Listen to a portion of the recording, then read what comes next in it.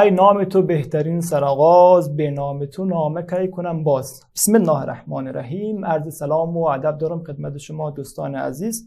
مصطفی حسینی هستم، مدرس درس ریاضیات. امروز با مبحثی توزیع اوسط نمونه از فصل هفتم کتاب ریاضیات صنف 12 در خدمت شما می باشم. هدفی که در امروز ما دنبالش هستیم این است که معرفی توزیع اوسط نمونه می باشه.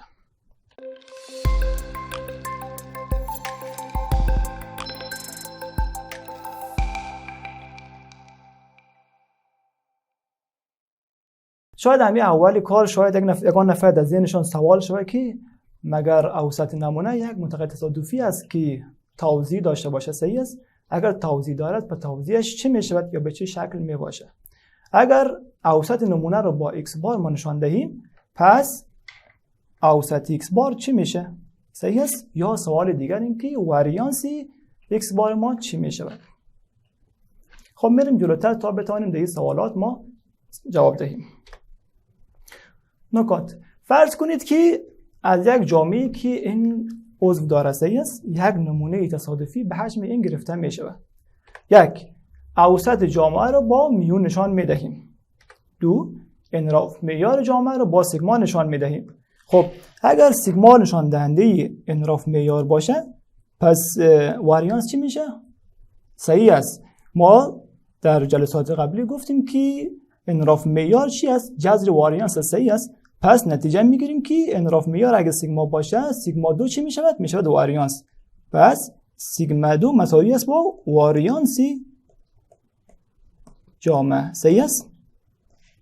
و سومین نکته این است که اوسط نمونه رو با x بار نشان میدهیم و انحراف معیار نمونه رو با s نشان میدهیم. پس باز نتیجه میگیریم که S2 میشود چی؟ S2 میشود واریانس نمونه. صحیح است؟ خب یک نکته که اینجا وجود دارد این است که حتما یادتان باشه دوستان عزیز که میو و x بار با هم فرق میکنه. درست است؟ درست است، اردویشی اوسط است ولی میو اوسط جامعه است و x بار اوسط نمونه میشود. صحیح؟ شاید ممکن است که در گاه اوقات میو و x بار با هم مساوی شود ولی در کل این اردو با هم دیگه فرق میکنن. خب در اینجا برای شما یک مثال آورده شده است که می توانیم بر اساس جواب این مثال جواب او سوالاتی که در اسلاید اول آوردیم را بهتیم. صحیح است. از جامعه ذیل یک نمونه تصادفی دوتایی با عمل جایگزینی انتخاب میکنیم. کدام جامعه؟ جامعه fx که هست مساوی است با 1/3 بر اساس و مقادیری که دومین x میگیره چقدر است؟ مقادیر 1، 2 و 3 است که ناحیه تعریف هم گفته میشه. صحیح است. خب شاید یگان نفر سوال پرسان کنه که خب این که همون تابع احتمال است، چرا ما از کلمه جامعه استفاده میکنیم؟ در سوالات احتمالاتی ما چی بگیم که جامعه، چی بگیم که از تابع احتمال زر، چی بگیم که از تابع توزیع. درست است؟ هر سه اینا یکی است. فقط فرقی که بین کلمه جامعه و تابع احتمال این است که ما از کلمه جامعه زمان استفاده میکنیم که بخوایم یک نمونه بگیریم. صحیح است. و اگر بخوایم در سوال یک احتمال را به دست آوریم از کلمه یا واژه تابع احتمال استفاده میکنیم. خب در این مثال چون میخوام نمونه دوتایی گرفته شود پس از کلمه جامعه استفاده میکنیم. الف، اوسط و واریانس جامعه را حساب کنید. صحیح؟ به جدول توزیع x بار را تشکیل و گراف مستطیل x بار را رسم کنید. و جیم چه خواسته است؟ گفته است که اوسط x بار و واریانس x بار را حساب کنید. خب الف، خب ما برای به دست آوردن اوسط و واریانس اول چه کردیم؟ تابع احتمال را به صورت جدول برایتون اینجا آوردیم. صحیح است. خب اگه یادتون باشه در جلسات قبلی ما گفتیم که فرمول اوسط چی میشد؟ گفتیم فرمول اوسطی که با ای x نشان میدادیم بود جمع روی مقادیر x ضرب در احتمالش. صحیح است. خب این چی میشه؟ خب ما مقادیر x اینجا داریم. صحیح است. مقادیر x اینجا داریم، احتمالاتش هم هست. صحیح است. پس ما چی میکنیم؟ مقادیر x ضرب در احتمالش میکنیم، کلیگشون از آخر با هم جمع میکنیم. صحیح است. خب میشه چند؟ 1 ضرب در 1/3 میشود 1/3 جمع میشود بر 2 ضرب در 1/3 میشود 2/3. صحیح است. و آخرین مقدار که 3 است 3 ضرب در 1 بر 3 می شود. جواب می شود 3 بر 3. صحیح؟ خب اگه توجه کرده باشین در اینجا مخرج ها همه کلشون 3 است، پس یک مخرج رو نوشته میکنیم و صورت ها رو با هم جمع میکنیم. صحیح؟ میشه 1 جمع 2 و جمع 3. صحیح است؟ خب 1 جمع 2 میشه و 3 و 3 6 میشود. صحیح است؟ 6 بر 3 هم جواب میشه چند؟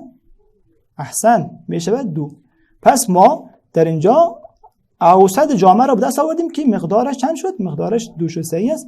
که این رو گفتیم با چی نشان میدیم؟ با حرف میو. خب و در قسمت بعدی گفتیم چی؟ واریانت جامعه رو میخوایم به دست آوریم. اگه یادتون باشه گفتیم که فرمول واریانس به این شکل می باشه. صحیح است؟ گفتیم که میشه چی؟ میشود اوسط x مربع منفی اوسط x به توان 2. صحیح است؟ خب اوسط x را که در این قسمت ما به دست آوردیم. صحیح است؟ که مقدارش 2 شد. صحیح؟ پس ما کافی است که اوسط x مربع را به دست آوریم. اوسط x مربع مساوی است با گفتیم چی؟ جمع مقادیر x به توان 2 ضرب در احتمالش که مساوی میشه با، خب از اینجا مقادیر x ما داریم. صحیح است؟ میشه باید 1 مربع ضرب در احتمالش، 2 مربع در احتمالش و 3 مربع در احتمالش و کلیگاشون با هم جمع میکنیم. پس جواب چند میشود؟ 1 مربع میشود 1 ضرب در 1 بر 3 میشود 1 بر 3. جمع میشود با 2 مربع میشود 4 ضرب در 1 بر 3 هم که کنیم میشود 4 بر 3 و این جمع میشود بر چند؟ با چند؟ 3 مربع ضرب در 1 بر 3 میشود 9 بر 3. صحیح است؟ خب باز اینجا مخرج های ما مساوی است، پس یک مخرج رو نوشته میکنیم، صورت ها رو با هم جمع میکنیم. صحیح است؟ پس میشود 1 جمع 4 میشه و جمع 9 میشه. صحیح؟ خب 1 و جمع 4 میشود 5 و جمع 9 میشود 14 تقسیم بر 3. پس فهمیدیم که اوسط x مربع میشود 14 تقسیم بر 3 از 1 و اینجا مگه 2 ما شماره گذاری کنیم، از 1 و 2 چه نتیجه میگیریم دوستان؟ از 1 و 2 نتیجه میگیریم که واریانس جامعه ما میشود چند؟ میشود اوسط x2 که هست 14 بر 3 منفی میشود بر اوسط x مربع. صحیح است؟ اوسط x چند شد؟ 2 شد. صحیح؟ به توان 2 هم که برسانیم میشود عدد 4. صحیح است؟ خب ما میدانیم که مخرج هر عددی مقدارش 1 است. صحیح؟ پس اینجا مخرج 1 است. خب اگر مخرج مشترک بین 3 و 1 ما بگیریم میشود چند؟ میشود 3. صحیح؟ خب اینجا که مخرج 3 است پس خود 14 رو نوشته میکنیم و اینجا مخرج 1 بوده است، درست است؟ تبدیل به 3 شده است، یعنی ضرب در 3 شده است، پس 4 ضرب در 3 میکنیم میشود مقدار 12 میشود. صحیح؟ خب 14 منفی 12 میشود 2 بر 3. خب پس ما بر اساس از این فرمول، بر اساس از این افاده فهمیدیم که واریانس جامعه میشود چند؟ 2 بر 3. صحیح؟ خب میریم قسمت ب. در قسمت ب از ما چی خواسته شده بود؟ در قسمت ب جدول توزیع x بار خواسته شده بود. صحیح؟ خب برای اینکه ما جدول توزیع نمونه رو به دست آوریم مجبور هستیم که تمام حالت هایی که برای نمونه میتواند اتفاق بیفته رو بنویسیم. صحیح است؟ که چی نمونه‌ای ما داریم. خب ما این کار برایتون قبلا انجام دادیم و در جدول زید برایتون آورده ایم. خب گفتیم چی میکنیم؟ گفتیم قرار است که یک نمونه دوتایی ما انتخاب کنیم. صحیح است؟ خب نمونه میتواند چطور باشد؟ میتواند یکی از این نمونه‌هایی که در اینجا آورده شده است باشه. درست است؟ خب یا میتواند نمونه اول باشد که از عدد 1 و 1. چطور؟ این معنیش این است که ما در انتخاب اول ما عدد 1 رو انتخاب کردیم، چون نمونه با جایگزینی است پس دوباره برگشته دوباره انتخاب دوم بازم 1 شده است. مثل میمونه که شما از داخل یک خریطه که 3 گلوله داره، درست است؟ هر و گلوله هم شماره گذاری شده است از 1 تا 3. صحیح است؟ شما چی میکنین؟ میایین از این خریطه یک گلوله رو انتخاب میکنین و عددش مشاهده کردیم باز دوباره به یه خریطه برمیگردین. درست است؟ باز یک هم میزنین، باز دوباره یک گلوله انتخاب میکنین که ببینید عددش چند است. خب بر این اساس پس این 9 حالت میتواند اتفاق بیفتد. اینکه نمونه ما نمونه اول باشد یعنی هر دو عدد یک بیاید، یا اینکه نه در مرحله اول یک بیاید و در مرحله دوم ما عدد 2 را مشاهده کنیم. صحیح است؟ خب تعمیر رقم تا نمونه آخر که میتواند هر دو عدد ما 3 باشه. صحیح؟ خب بر اساس این نمونه‌ای که ما اینجا نوشته کردیم پس x بار ما چی میشود؟ خب ما x بار که میدونیم که فرمولش چی است؟ خب ما میدونیم که فرمول x بار چی است؟ x بار مساوی است با جمع مقادیر x در نمونه، صحیح است، تقسیم بر تعداد اعضای نمونه. صحیح؟ خب مثلا برای مثال در نمونه اول اعضای نمونه چی است؟ 1 و 1 است. صحیح است؟ پس می شود 1 جمع 1 تقسیم می شود بر عدد 2. صحیح؟ خب 1 جمع 1 می شود 2 تقسیم بر 2 هم کنیم می شود عدد 2 که اینجا برای عدد 1 می شود. صحیح است؟ که در این قسمت در سطر پایین برایتون نوشته کردیم. پس x بار برای نمونه اول می شود 1. به همین شکل می توانیم کل x بارها را به دست آوریم برای هر نمونه. اگر نمونه دوم انتخاب شود یعنی مقدار اول 1 باشد و مقدار دوم 2 انتخاب شده باشد، اوسط می شود چی؟ می شود 1.5. صحیح؟ و به همین شکل اعداد مختلف به دست می آید. خب بر اساس جدول بالا ما میخوایم چی کنیم؟ میخوایم در این قسمت جدول تابع احتمال x بار را برایتان نوشته کنیم. صحیح است؟ خب در جدول تابع احتمال یادتان باشه ما یک جدول داشتیم که 200 داشت. در قسمت بالایی مقادیر x یا x بار نشان قرار میدادیم، در قسمت پایین یا در سطح پایین چی میکردیم؟ احتمال هر مقدار را نوشته میکردیم. خب بر اساس جدول بالا خب مقادیری که x بار میگیره چند است؟ خب میتونه 1 باشه. درست است؟ یعنی اگه نمونه اول انتخاب شود مقدار x بار ما میشه 1. صحیح؟ خب میتواند 1.5 باشه. صحیح است؟ و همچنین میتواند عدد 2 باشد و همیشه تا 2.5 و مقدار عدد 3 باشه. صحیح؟ خب با چه احتمالی x بار 1 میشود؟ زمانی که نمونه اول انتخاب شود. صحیح؟ خب نمونه اول احتمالش چند است؟ تمام این نمونه‌ای که اینجا براتون نوشته کردیم همه احتمالاتشون با هم برابر است. چند تا هست؟ 1 2 3 4 5 6 7 8 و 9 تا ما حالت داریم. پس باید هر کدوم از اینا احتمال انتخاب شدنشون 1/9 باشه. صحیح؟ این رقم میتونیم بگیم یا اینکه نه بیایم این رقمی احتمال رو به دست آوریم. چطور؟ بگیم که خب در مرحله اول باید 1 انتخاب شود. احتمالش چند است؟ 1/3 است دیگه. صحیح؟ و در مرحله دوم چی باشد؟ بازم 1 انتخاب شود. احتمالش چند است؟ باز 1/3 است. و چون در حالت اول و حالت دوم بینشان کلمه و داریم چه میکنیم؟ ما برای دست آوردن احتمال انتخاب نمونه کافی است شما بین احتمال حالت اول و احتمال حالت دوم یک ضرب قرار دهید. صحیح؟ بعد احتمال این نمونه به دست میآید. پس 1/3 ضرب در 1/3 میشه چند؟ میشه 1/9. صحیح است؟ برای کل از نمونه شما اگه رو به دست آورید میتونید به دست آورید که تا هر کدام از این نمونه با احتمال 1/9 انتخاب میشه. خب کی ما مقدار اوسط ما کی 1 میشه؟ گفتیم فقط زمانی که نمونه اول انتخاب شود. خب پس احتمالش چند میشود؟ احتمالش میشود 1/9. و کی مقدار اوسط ما میشود 1.5. خب اگه نگاه کنین در قسمت پایین ما هم در نمونه دوم اوسط ما 1.5 میشود و هم در نمونه چهارم. صحیح است؟ پس نتیجه میگیریم که احتمال این که اوسط ما 1.5 شود چی میشود؟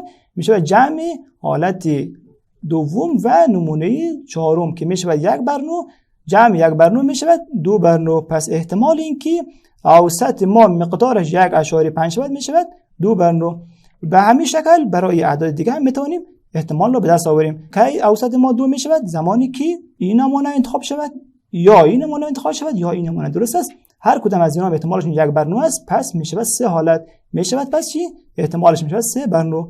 و به همین شکل شما مقادیر دیگه اوسط رو میتونید احتمالاتشون رو به دست آورید. خب حالی که جدول تابع x بار رو ما برایتان نوشته کردیم میتونید بر اساس جدول گراف مستطیلی x بار رو به دست آوریم. خب با استفاده از اون جدول تابع احتمال x بار میتونیم گراف مستطیلی رو به این شکل ما بکشیم. صحیح است. خب ما میتوانیم با استفاده از جدول تابع احتمال و مقادیر ایکس بار چی کنیم؟ گراف مستطیل ایکس بار را به صورت زیر ما رسم نماییم. صحیح است. خب مقدار اول ایکس بار چند بود؟ مقدارش 1 بود دیگه. صحیح. با چه احتمالی؟ با احتمال 1/9. پس ما یک مستطیل به این شکل میکشیم. صحیح است که مرکزش یا او اوسطش مقدار 1 است و ارتفاعش چند است؟ ارتفاعش هم میشود احتمالش که میشود 1/9. صحیح است که اینجا برایتون آوردیم. و کی مقدار اوسط ما 1.5 میشد؟ خب زمانی که احتمال ما چی بود؟ 2/9 بود دیگه. صحیح است. پس یک مستطیل اینجا میکشیم ما که اوسطش 1.5 است و ارتفاعش 2/9 میشه. صحیح است. گراف مستطیلی رو ما در چند جلسه قبلی طریقه رسم کردنش رو یاد دادم. صحیح. خب بر اساس این گراف اگه شما توجه کرده باشین این گراف به چه شکل است؟ صحیح است. یک گراف چی است؟ یک گراف متناظر می باشه. غیر از این گراف ما اگه یادتون باشه یک گراف دیگه هم گفته بودیم که متناظر است. صحیح است که گراف چی بود؟ گراف توزیع نرمال بود دیگه. صحیح است که گفتیم شکلش به این شکل می باشه و همچنین که این گراف چی است؟ متناظر است. خب این یادتون باشه. پس چی شد؟ پس گراف مستطیلی اوسط نمونه متناظر شد و همچنین که گرافی در بین گراف های احصاییه که متناظر بود چی بود؟ گراف نرمال می باشه. صحیح.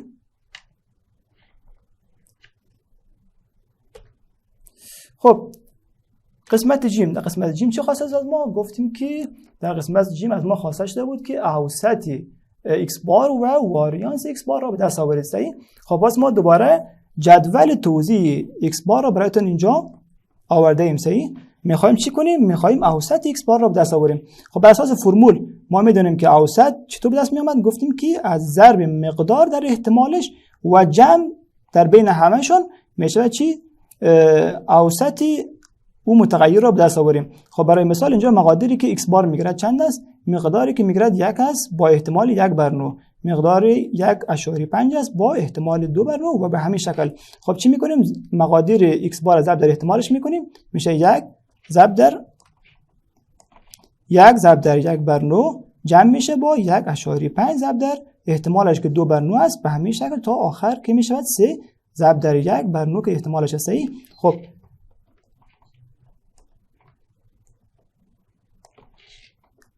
این جمع رو ما انجام میدهیم. باید این جمع مساوی باشد با 18/9 که این من برایتون یک علامت سوال اینجا میزنم. در خانه این رو باید حتما انجام دهید که آیا 18/9 میشه یا نمیشه. خب ما میدونیم که 18/9 چند میشه؟ جوابش 2 میشه و دیگه درست است. 2 ضرب در 9 میشه 18. پس نتیجه میگیریم که اوسط ایکس بار چند میشه؟ میشه مقدارش 2 میشه. سری پس در خب اینجا اوسط به دست آوردیم. میرویم سراغ واریانس. میخوایم واریانس به دست آوریم.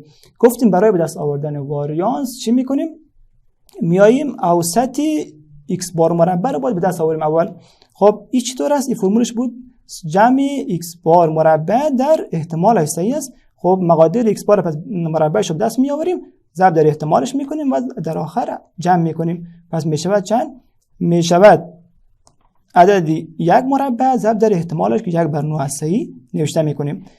جمع میکنیم با چی؟ 1.5 مربع ضرب در احتمالش که 2/9 است. صحیح همین رقم نوشته میکنیم تا با آخر که میشود 3 مربع ضرب در احتمالش که 1/9 است. خب این را ما اگه جمع کنیم جوابش میشود چند؟ جوابش میشود 13 تقسیم بر 3 میشود. باز ما در این بلای مساوی یک علامت سوال میزنیم که این رو شما در خانه انجام دهید و ببینید که آیا این 13 بر 3 میشود یا نمیشود. صحیح. خب پس نتیجه میگیریم که واریانس چی میشود؟ که واریانس ما گفتیم فرمولش هست اوسط x بار مربع منفی اوسط x بار به توان 2. صحیح است. خب اوسط x بار مربع ما به دست آوردیم شد 13. صحیح است. اینجا ما براتون به دست آوردیم میشود 13 بر 3 نوشته کردیم. خب اوسط x بار چند میشود؟ 2 میشود. مربعش میشود چند؟ میشود 4. صحیح است. خب پس میشود 13 تقسیم بر 3 منفی 4 میشود که مقدار از این باید چند شود؟ مقدار از این باید شود 1/3 که باز من یک علامت سوال اینجا نوشته میکنم که شما در خانه حتما این منفی رو انجام دهید. فقط یک راهنمای کوچک میکنیم اونم این که بدانید که مخرج 4 چند است؟ مخرج 4 مقدارش 1 است. صحیح؟ خب یادتان است که در قسمت الف ما اوسط جامعه رو به دست آوردیم. مقدارش چند شد؟ درست است، گفتیم مقدارش 2 میشه. صحیح؟ 2 به دست آوردیم و در اینجا هم ما اوسط x بار رو هم به دست آوردیم، محاسبه کردیم. مقدارش چند شد؟ مقدارش عدد 2 شد. پس نتیجه میگیریم که اوسط جامعه با اوسط x بار هر دوش برابر با هم است و مقدار هر دوش هست 2. صحیح؟ و همچنین در قسمت الف ما واریانس جامعه رو به دست آوردیم. صحیح؟ که واریانس جامعه شد چند؟ شد مقدارش 2/3. و در این قسمت ما چی کردیم؟ واریانس x بار رو دست آوردیم، مقدارش هست 1/3. پس از این R2 ما نتیجه میگیریم که یعنی از 1 که واریانس جامعه است و از این قسمت نتیجه میگیریم که واریانس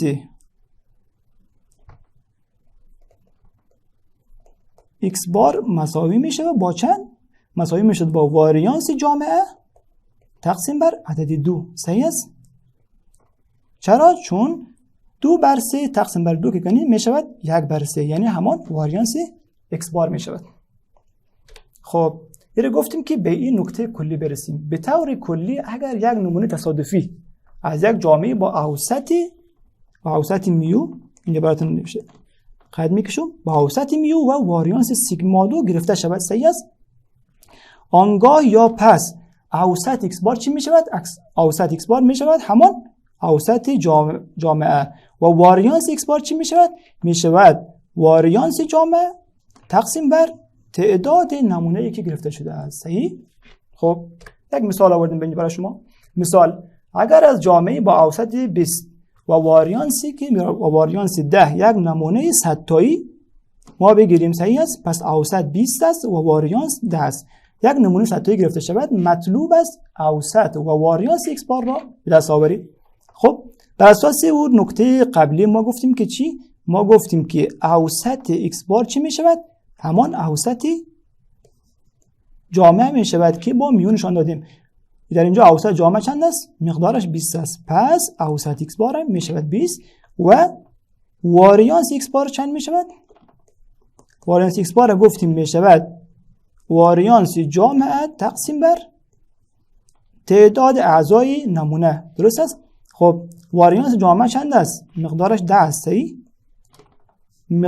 تعداد اعضای نمونه چند است؟ مقدارش 100 است. پس 10 تقسیم بر 100 میشه، یا به طور ساده‌تر میشه 0.1 یا 10% میشه. همه اینا رو گفتیم تا برسیم به یک قضیه که به نام قضیه لیمیت مرکزی یا قضیه حد مرکزی. صحیح است؟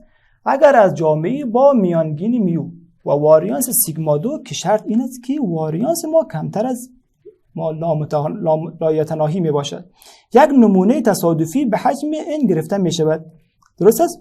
اگر n ما به سمت بی‌نهایت میل کند، آنگاه میتونیم نتیجه بگیریم که x بار ما توزیعش چی می شود؟ توزیعش می شود نرمال با میانگین چی؟ با میانگین جامعه و واریانس سیگما 2 تقسیم بر n. صحیح است؟ خب حالا فهمید چی شد؟ پس در قضیه چی میگه؟ قضیه داریم میگه که شما یک جامعه دارین، یک نمونه ازش گرفته می شود. اگر n ما یعنی تعداد اعضای نمونه از ما زیاد باشد، میتوانیم نتیجه بگیریم که اوسط ما توزیع اوسط ما میشود یک توزیع نرمال با چی میانگینی؟ با میانگین میو که همان اوسط جامعه است و واریانس سیگما 2 تقسیم بر n. صحیح؟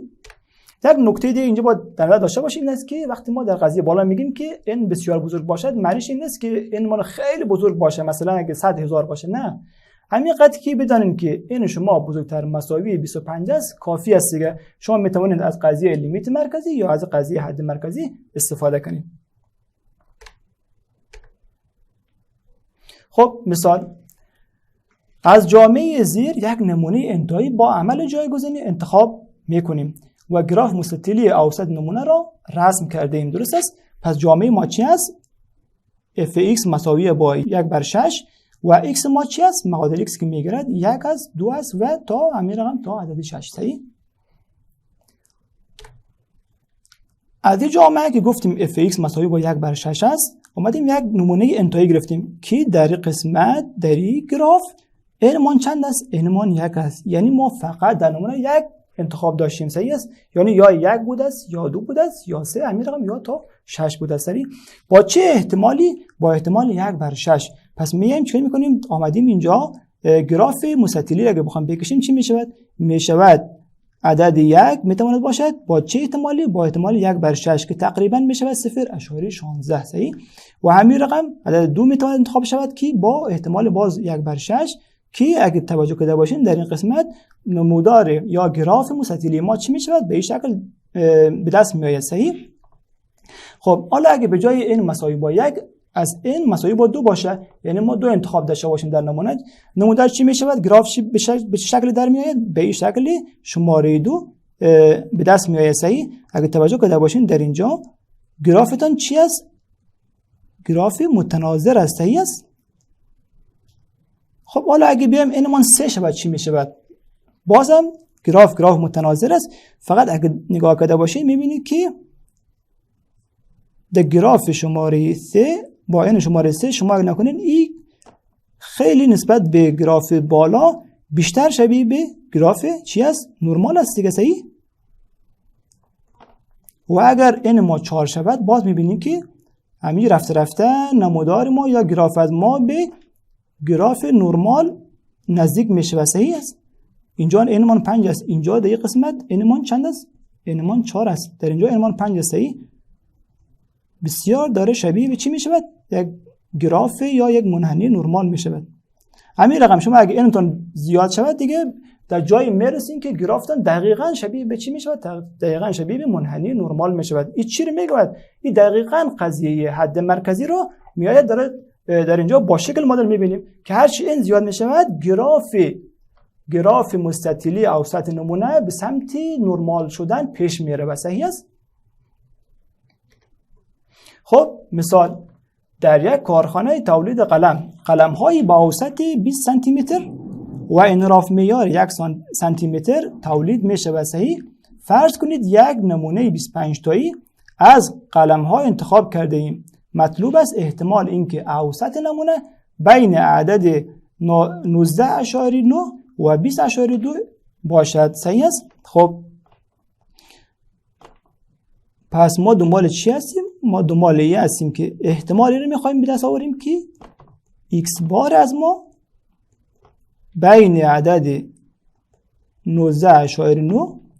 و عدد 20.2 قرار بگیره. صحیح است؟ خب قبل از اینکه این احتمال رو ما به دست آوریم 2 نکته رو باید در اینجا برایتون بگویم یا 2 یادآوری داشته باشیم. خب ما گفتیم که در جلسات قبلی که اگر x از ما دارای توزیع نرمال باشه با چی؟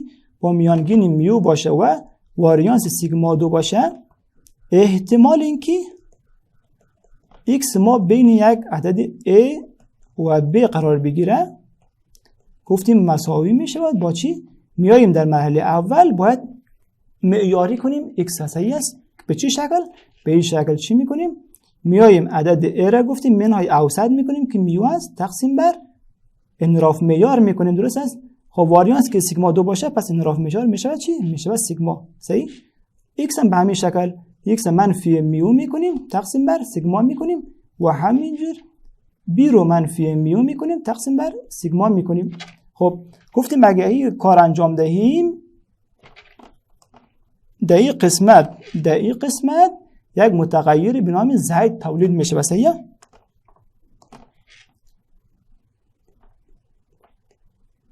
که گفتیم این زید ما دیگه توزیع زید ما یک نرمال استاندارد است، یعنی اوسطش 0 است و واریانس 1 میشه. صحیح؟ خب این از این نکته اول. و نکته دوم،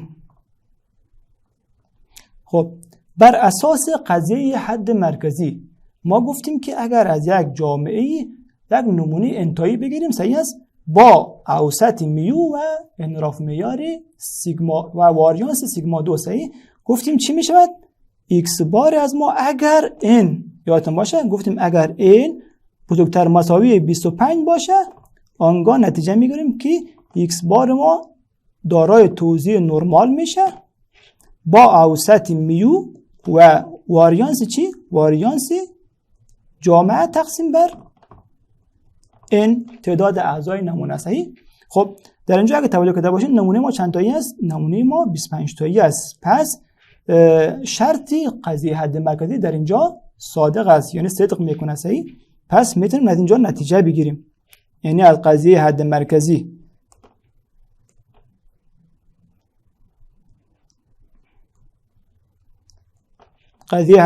میتونیم نتیجه بگیریم که چی؟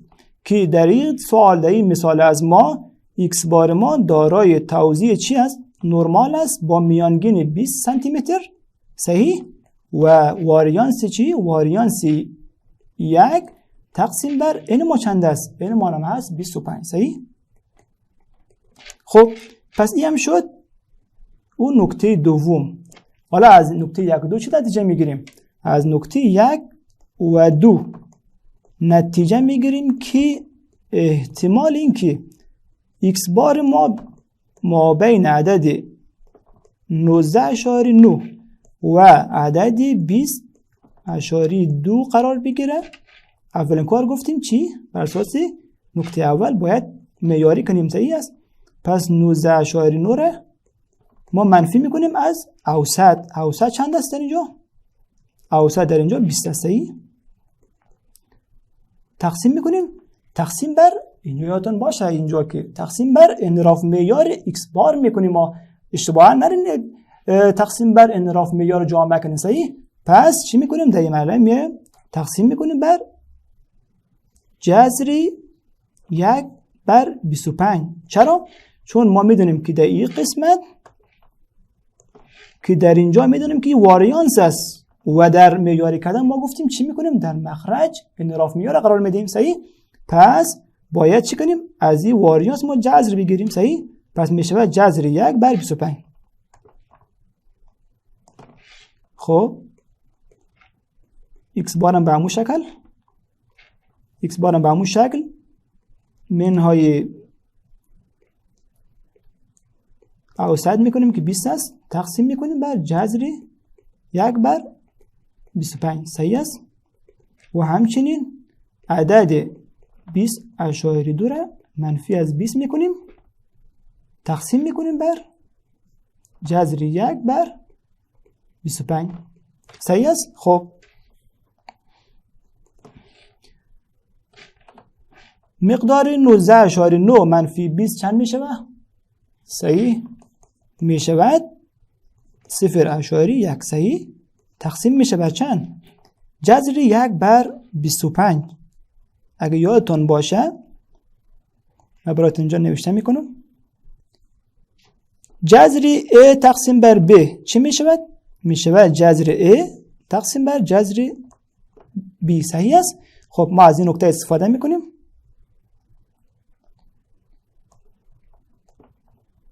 نکته شماره 3 از این نکته استفاده می کنیم. خب جذر 1 بر 25 پس می شود جذر 1 تقسیم بر جذر 25. صحیح؟ جذر 1 که می شود 1. درست است؟ میشه 1 تقسیم بر جذر 25 چند می شود؟ می شود عدد 5. صحیح است؟ خب پس می شود کشتر مساویه. خب این رو گفتیم چی می شود؟ گفتیم این می شود یک متغیر تصادفی به نام زید. پس اینجا به جای این قسمت می نویسیم از حرف زید استفاده می کنیم. صحیح است؟ خب کشتر مساوی می شود با خب 20.2 منفی 20 می شود 0.2 میشه تقسیم بر 1 بر 5 میشه. صحیح؟ خب 0.1 تقسیم بر 1 بر 5 این رو ما به دست آوریم چی میشه؟ خب ما میدانیم که 0.1 مخرجش چند است؟ مخرجش مقدار 1 است دیگه. صحیح؟ خب برای به دست آوردن این تقسیم چی میکنیم؟ دور را با دور ضرب میکنیم، نزدیک را قد نزدیک، یعنی 1 ضرب در 1 میشود و 5 ضرب در 0.1 میشه. پس مقداری که به دست میآید چند است؟ میشود 0.5. زید خودش نوشته میکنیم، این ور مساوی میشد با 0.2. به همون شکل مخرجش 1 است، به دست می آوریم. درست است؟ 1 ضرب در 1 می شود، 5 ضرب در 0.2 می شود که می شود عددی 1. فقط اینجا ما یک اشتباه کوچکی کردیم که اینجا یک منفی داره. چرا؟ چون 19.9 منفی 20 می شود منفی 0.1 صحیح است. خب پس اینجا هم یک منفی ما داریم. صحیح؟ خب این باز مساویش با چی است؟ این مساوی با این است که پی زید کمتر مساوی با 1 می شود منفی پی زید کمتر مساوی با منفی 0.5 می شود. صحیح؟ خب این کدام فرمول نوشته کردیم؟ اینجا برایتان نوشته میکنیم، یک یادآوری داشته باشیم. گفتیم که پی زید که ما بین یک عدد a تا b قرار بگیره، گفتیم مساوی میشد با زید کمتر مساوی b منفی پی زید کمتر مساوی a. صحیح است؟ خب این اگه ما شماره 4 بانو، پس این نکته از اینجا به دست میاد. خب حالا در اینجا رسیدیم که پی زید کمتر مساوی با 1 منفی پی زید کمتر مساوی منفی 0.5. صحیح است؟ خب این رو گفتیم چطور به دست میاریم؟ خب یادتون باشه در دو جلسه قبلی گفتیم از جدول توزیع نرمال استاندارد این رو میتونیم به دست بیاریم. خب نحوه استفاده از جدول رو که بهتون یاد دادیم صحیح است. پس مفاد کافیه که مقادیر 1 و منفی 0.5 را در جدول به دست آوریم و بر اساس از او احتمال را به دست آوریم. صحیح؟ خب مقدار 1 در کجا قرار داره؟ در اینجا صحیح است که اشاری هم چون نداره، پس می شود این احتمال چند است؟ احتمال مقدارش هست 0.84 13. صحیح؟ پس اینجا من یادداشت میکنم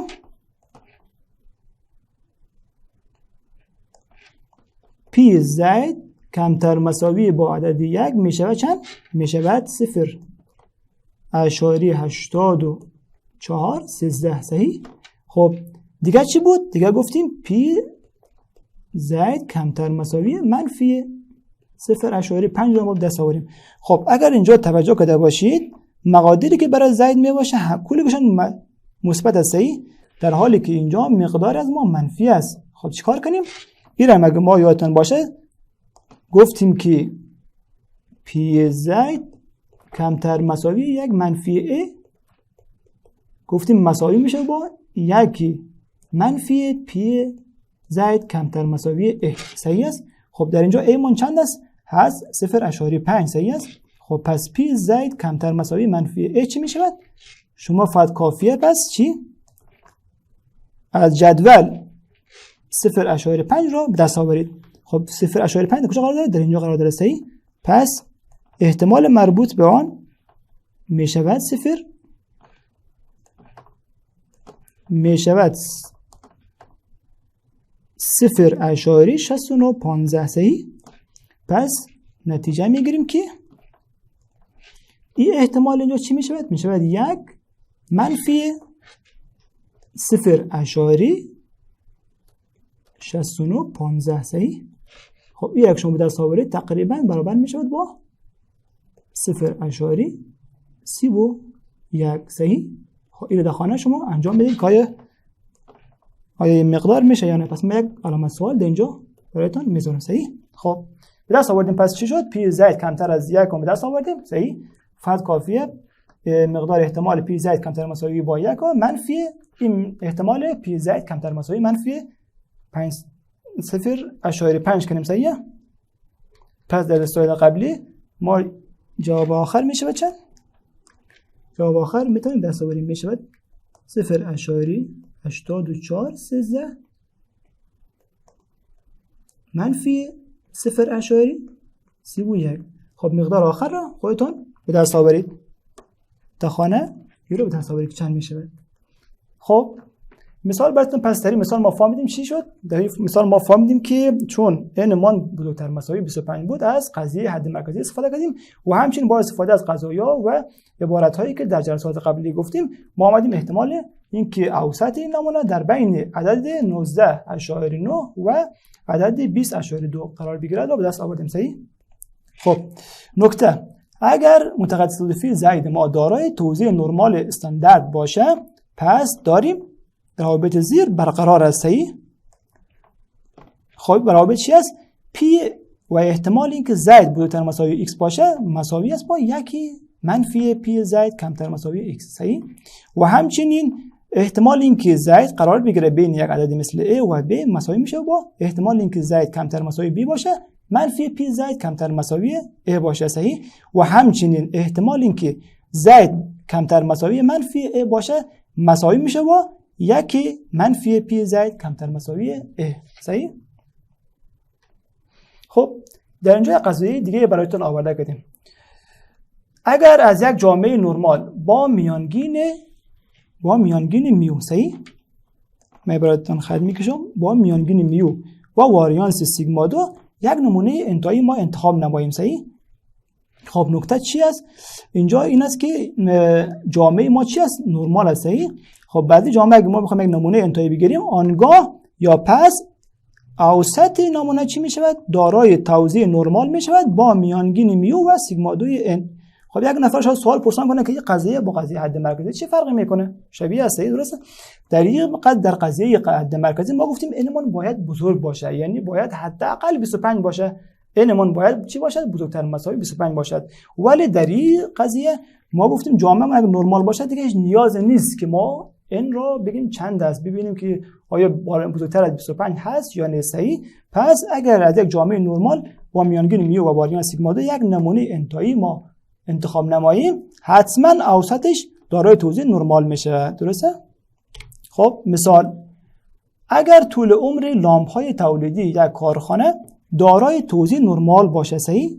پس این نکته رو داره با اوسط و واریانس به ترتیب برابر 150 و 150 و 20 ساعت باشه و یک نمونه 5 تایی از لامپ ها انتخاب نماییم. مطلوب است تابع توزیع اوسط طول عمر این لامپ ها را به دست آورید. صحیح؟ خب بر اساس قضیه قبلی چون طول عمر لامپ ها گفته چی است؟ دارای توزیع نرمال است. صحیح؟ پس ما نتیجه میگیریم که حتما x بار ما هم دارای توزیع نرمال میشه. با چی میانگینی؟ گفتیم با میانگین میو میشه با و واریانس سیگما دو تقسیم بر n میشه. صحیح؟ خب میوی ما چند است؟ اوسط جامعه ما چند است؟ مقدارش 150 است.